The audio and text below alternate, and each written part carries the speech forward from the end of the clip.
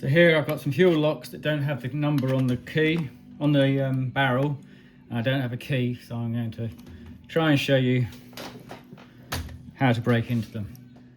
This is like a 1mm screwdriver, about 2 centimeters long.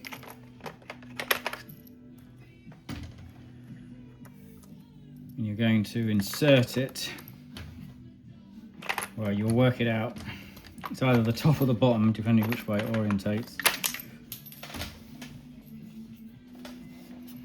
Then we're going to try and rake the lock. So we know lock is this side, unlock, so we're trying to rotate that way.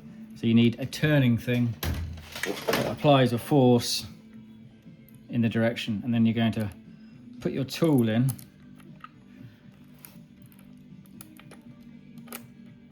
And work out which side the pins are. I can see in here, down here, I can see a piece of metal that I can move up and down with the screwdriver. So that's the side. You want to go all the way in, virtually, yeah, like almost 2 centimeters in, to catch each of these pins, and you're going to rake it.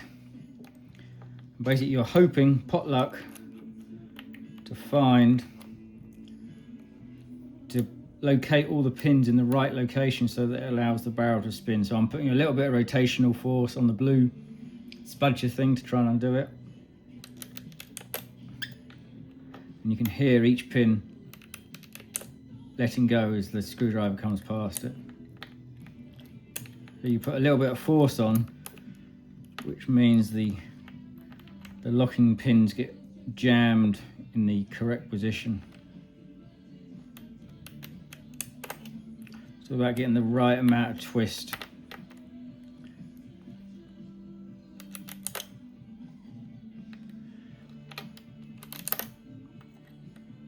I'm no expert at this, it's just pot luck. I'm sure there's better videos of how to rake a lock. And there's better tools, I know there's definitely that. Sometimes you have to release the pressure off.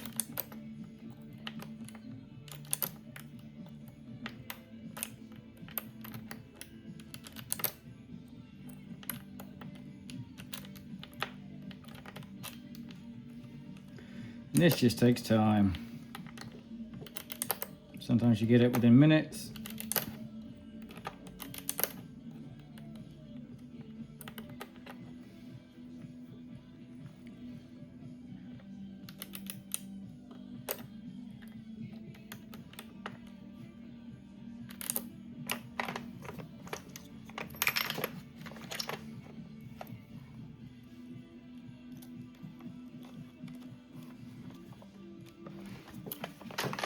Now this one you might be able to do from the other side. So I can see all the pins.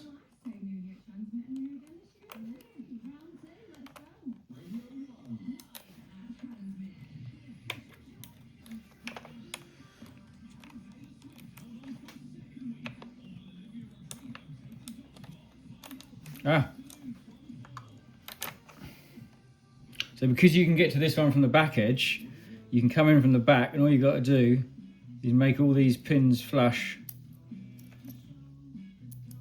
with your screwdriver like this, and it will slide out. Right, don't be fooled by the number on the back, 132. That's not your key number. I'm going to go to my key collection and find a key that makes most of the pins flush.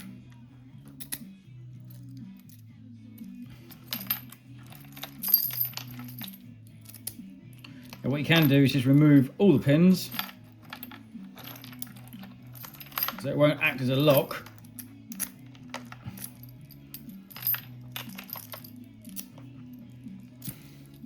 But if somebody wants your Thule equipment, these locks aren't going to stop them at all. Alright, so this one is flush apart from one of these pins. So this is a number 39 key, and one of the pins, maybe that one's not very flush either. No, that one's not quite right.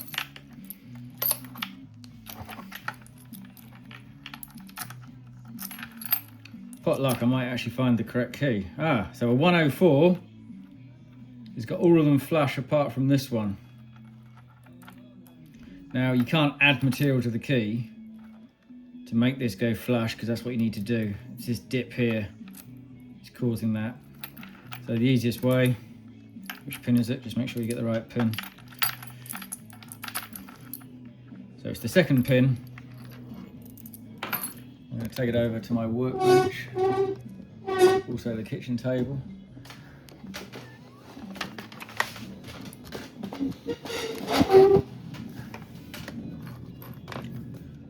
So I'm just going to rest it on something so that I can knock it out with a punch. So I've got it on pin 2. Bang it out, it's fallen out, spring and the pin, and then my key, which is a 104.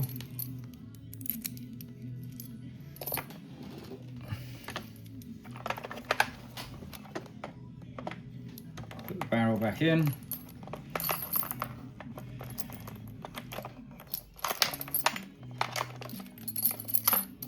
Just take the key off, it'll be a lot easier.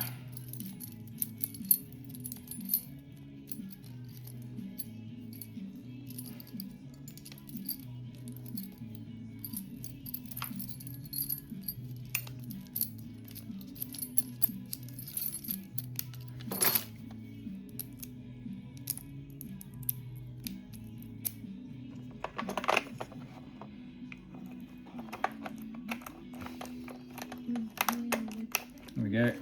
So that key now turns in the lock.